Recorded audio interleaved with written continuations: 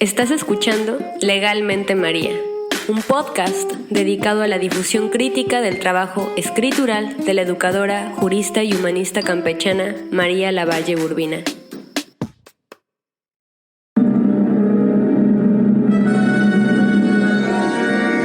Hola, queridos podescuchas. Este es Con Propiedad el episodio número 1. Pues aquí comenzamos las lecturas que he seleccionado para ustedes de la obra de María Lavalle Urbina. Así, el primer texto que les voy a leer se titula La mujer ante la guerra actual. Este escrito, tan denso como breve, trata del meollo del siglo XX, las guerras mundiales, con la originalidad y particularidad de ser abordado desde el horizonte de la experiencia de las mujeres, horizonte que en la historia que cuentan los libros de texto pasa casi siempre desapercibido. Aquí ella nos cuenta cómo numerosas mujeres, transgrediendo su identidad de género que las encasillaba como el sexo débil, entre comillas, tomaron parte en esas guerras. Un espacio del que por ser consideradas débiles estaban formalmente excluidas. María nos cuenta cómo las mujeres, en lugar de llorar o victimizarse, tomaron parte en el conflicto, trabajando y sirviendo en lo relativo a la defensa. El texto acaba con una demanda de justicia.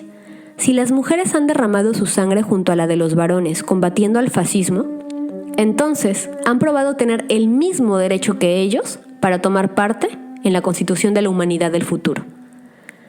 En este texto, María usa algunas palabras poco frecuentes en el habla cotidiana, que para que su mensaje sea mejor comprendido se las voy a explicar.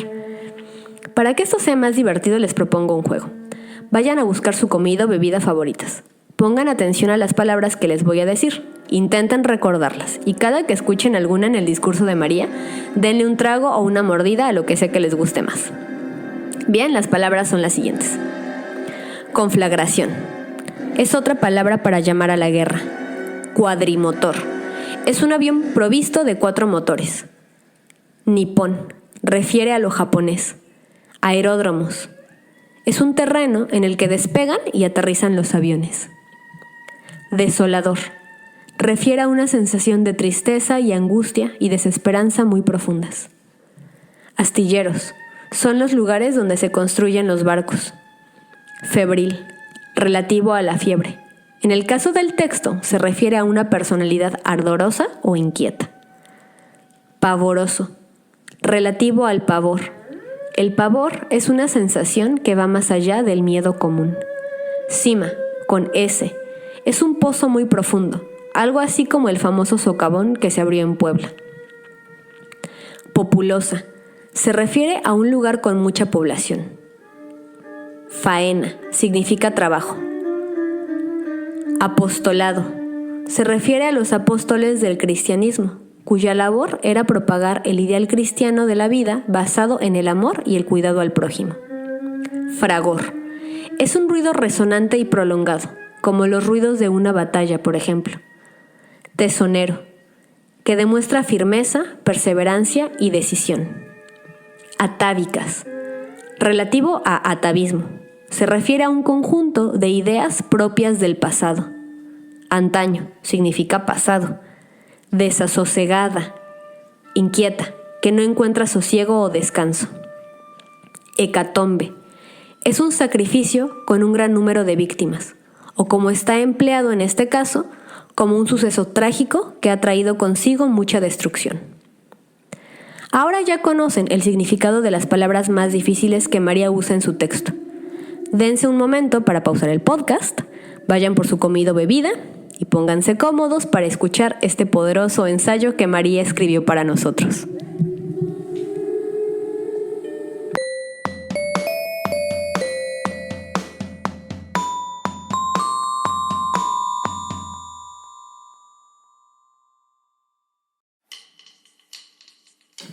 La mujer ante la guerra actual, por María Lavalle Urbina.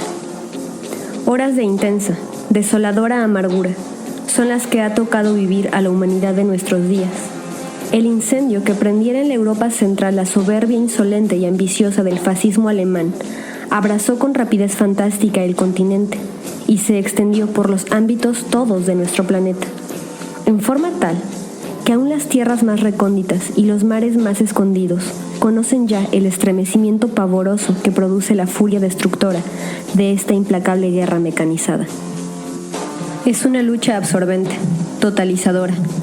Como en atracción de abismo, han caído en su cima uno tras otro pueblos de todas las razas, y no se trata de ejércitos organizados que se enfrentan en batallas de acuerdo con las tácticas militares de antaño. No, en la contienda actual, son las ciudades más populosas, ricas e industrializadas los más frecuentes objetivos de los bombardeos, y es la población entera sin distingos la que queda expuesta a sus estragos. Trátese de elementos militarizados o de indefensos ancianos, mujeres o niños. Vemos obras que ha logrado la cultura a través de siglos de esfuerzo. Monumentos, estatuas, cuadros, jardines, museos, bibliotecas, todo consumido por la fiebre de destrucción que domina esta hora vital. Ciudades enteras arrasadas y supervivientes desolados en medio de ruinas humeantes, en amargo retornar a épocas primitivas, rotos en unos cuantos momentos los recios vínculos que los unían al plácido vivir contemporáneo. Y en cuanto a pérdida de vidas, la nueva torre de Babel que podría levantarse con los cadáveres de los seres humanos, hombres, mujeres, niños, de todas las lenguas que han caído víctimas de esta hecatombe, alcanzaría perspectivas positivamente aterradoras. En respuesta a este nuevo tipo de agresión, que es el más bárbaro de todos los tiempos, la mujer ha respondido gallardamente, porque a la llamada del dolor, no ha sido el obligado cortejo de lágrimas y lamentos con estéril depresión de ánimo. Su reacción ha sido más noble, más valiente, más fecunda. Trabajar, servir. Y lo ha hecho con tal eficacia que puede asegurarse que en la actualidad constituye un factor decisivo en la contienda armada. Antes de la guerra, eran contadas las labores que en las fábricas de armamentos se confiaba a las mujeres.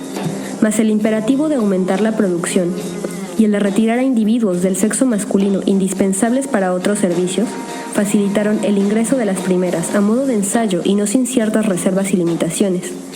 Pero el éxito obtenido fue tan halagador que han sido admitidas sucesivamente a tareas cada vez más difíciles y delicadas, y en un número siempre creciente.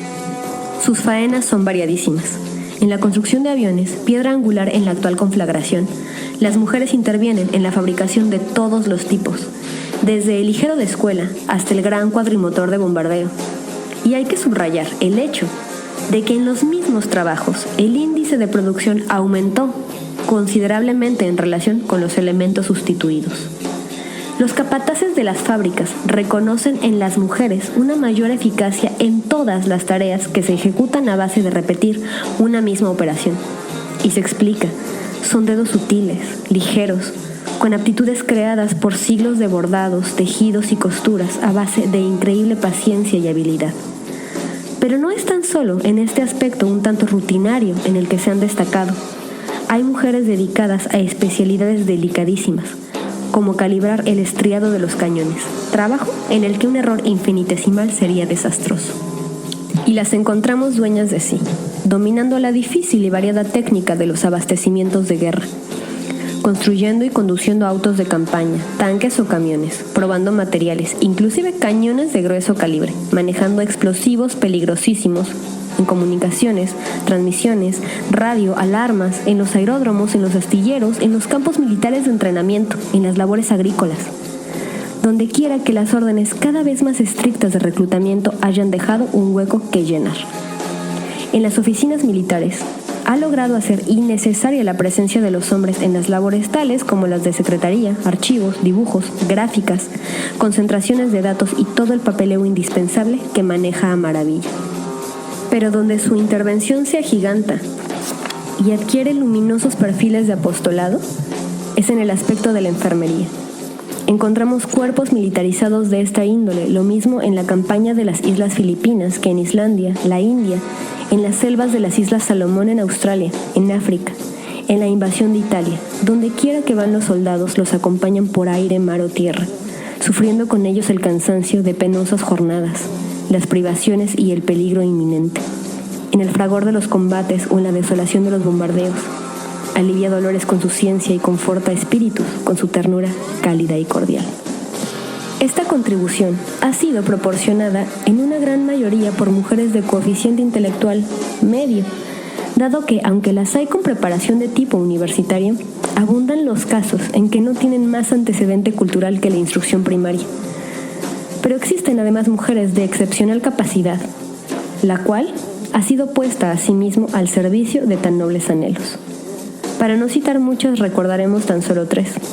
La señora Roosevelt, vida agitada, desasosegada, febril, en cumplimiento de los altos deberes que se ha impuesto, es el tipo de la mujer de su raza. Serena, tesonera y laboriosa. La señora Kollontai, figura importante en las negociaciones de paz rusofinesas, producto del concepto de absoluta igualdad que la Unión Soviética ha establecido en sus fronteras para la mujer, y que agrega a las labores que hemos apuntado otras más atrevidas, como pilotos aviadores, paracaidistas, ametralladoristas, etc. Y por último, la señora Chiang Kai-shek, que obtuvo durante su valiente viaje a los Estados Unidos mayores triunfos que muchos diplomáticos de carrera, y que es digna representativa de la mujer china, que ha llevado su heroísmo a tomar las armas, integrando guerrillas para oponerse al invasor nipón. Ante estas realidades que estamos confrontando, nadie que procediera con justicia podría negar a la mujer la oportunidad de ser escuchada en las deliberaciones de la posguerra, de donde debe salir un nuevo concepto del mundo, con bases más firmes y más humanos procedimientos. Un mundo nuevo que sepa emplear dignamente las libertades conquistadas a base de tanta sangre, tanto dolor, tanta amargura. Un mundo generoso, justo, alegre y feliz. Si la mujer ha ayudado a los hombres en forma tan decisiva en los momentos más difíciles, si ha mantenido su serenidad ahogando atávicas debilidades para conservar la fe y la confianza de los suyos, si ha ofrendado su esfuerzo y su sangre misma y ha sentido en su propia carne el horror de este hecatombe, le asiste ineludiblemente el derecho de opinar en la conformación de la humanidad del futuro. Y pueda que sus sugestiones, por más humanas, por la forma eminentemente femenina de considerar los problemas, diéranle a esta paz una duración que la inflexibilidad de los tratados anteriores no supo o no pudo darles. Campeche, Campeche, abril de 1944. Revista Huella, año 1, número 1.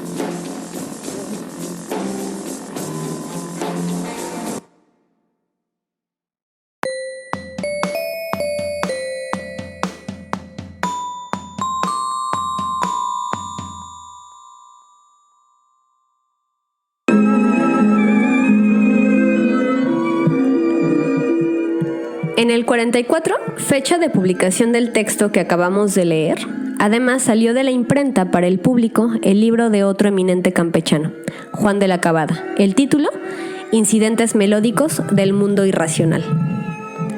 Este libro, además de ser uno de los libros más caros que he visto en toda mi vida, cuesta casi 10,000 pesos en Mercado Libre, si alguien me lo quiere regalar lo acepto, es un trabajo realizado en colaboración con el grabador Leopoldo Méndez. Este artista plástico fue además un activista social y político. Sus trabajos promovían los ideales de la Revolución Mexicana y estaban en contra del fascismo.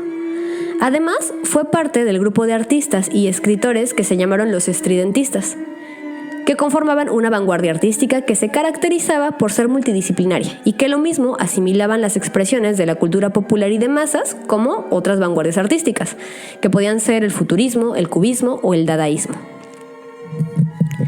Las guerras mundiales no solo produjeron muerte y destrucción, sino que también fueron el caldo de cultivo para que la aburrida y retirada cultura victoriana y porfirista, que era solo como para ese tipo de gente bien, que se puede gastar 10,000 pesos en un libro, también entrara en crisis, dando lugar a expresiones revolucionarias que experimentaban con técnicas y temas nunca antes vistos. A estos nuevos modos de hacer arte se les llamó vanguardias. Aquí las mujeres también lucharon por encontrar su lugar, ya no solo como dijera la pintora surrealista Leonora Carrington, como musas alocadas y sensuales que solo estaban para divertir y atender a los hombres, sino como artistas, creadoras capaces de producir símbolos y discursos. En el México de 1944, mientras la campechana María Lavalle escribía el poderosísimo texto que acabamos de leer, otra María, pero jalisciense, María Izquierdo, pintaba su bellísimo y contundente cuadro llamado Orquídeas. María Izquierdo, así como María Lavalle, reivindicaba el papel de las mujeres en la cultura. Si María Campechana dedicó una parte de su escritura a visibilizar el papel de las mujeres en la guerra, María Jalisciense dedicó una conferencia radiofónica al papel de las mujeres en el arte.